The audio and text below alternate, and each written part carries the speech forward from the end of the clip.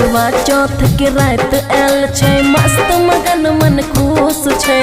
आपो चंदा आपो हमें देखे छै, सजना के रूप छै। आपो चंदा आपो हमें देखे छै, सजना के रूप छै।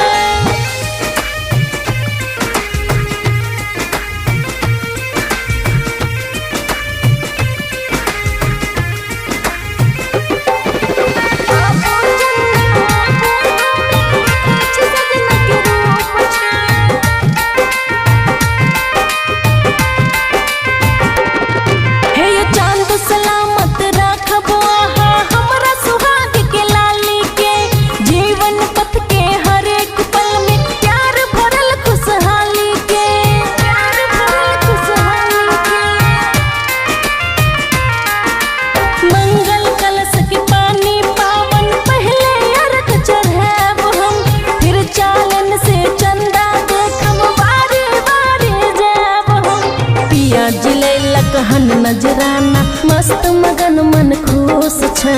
कहै छै खुशी अमन से अहाँ बिन नहीं सुकून छै।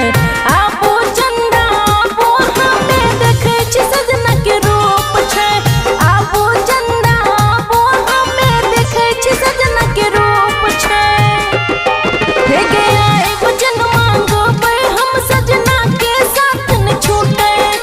जन्म जन्म के नातों के बंधन कबो नहीं टूटे। करवा चौथ के रात आयल छै, मस्त मगन मन